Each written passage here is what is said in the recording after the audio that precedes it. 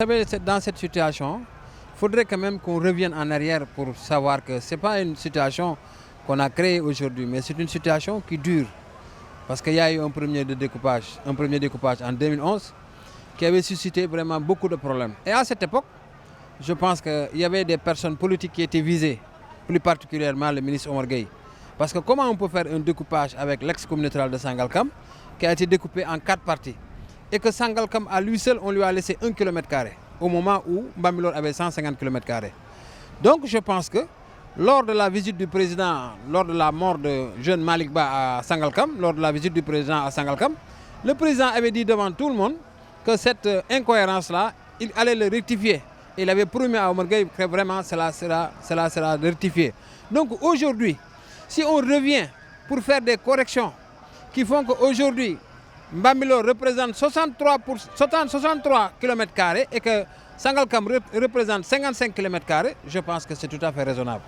Certes, c'est vrai, comme je l'ai dit, dans le débat que nous avons eu à faire, j'aurais vraiment aimé qu'un village comme Ngendouf, un village comme Deniguej Nord, puisse rester à Bambilor. Mais on ne peut pas traverser un territoire, quitter Kerndiaïlo, traverser Sangalkam et se retrouver à Bambilor.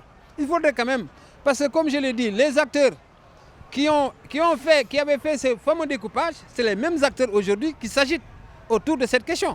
À l'époque, le maire de Bambilor était le vice-président du conseil rural de Sangalkam. Donc je pense qu'il faudrait quand même que les gens ne regardent pas en avant, mais aussi qu'ils regardent en arrière. C'était une situation qu'il fallait vraiment régler et on l'a réglée d'une manière définitive. Dans cette histoire-là, entre le maire Ndiaye Diop et le ministre Omar Gueye, moi j'ai eu toujours à jouer un jeu d'apaisement. Étant donné que j'étais un pur produit de l'APR, ils m'ont trouvé dans l'APR et c'est moi qui ai facilité leur ancrage dans l'APR. Parce qu'il y a eu un moment où ils avaient des problèmes avec Aram Ndoye qui avait fait que Ndiaye Diop devait être envoyé en délégation spéciale.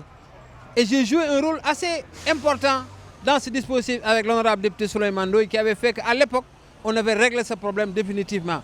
Donc je pense qu'aujourd'hui, s'ils ont des problèmes crypto-personnels aussi, cela ne doit pas engendrer quand même qu'on dise aujourd'hui que ce découpage, cette incohérence-là que l'État a fait est vraiment une incohérence qui n'est pas tout à fait normale.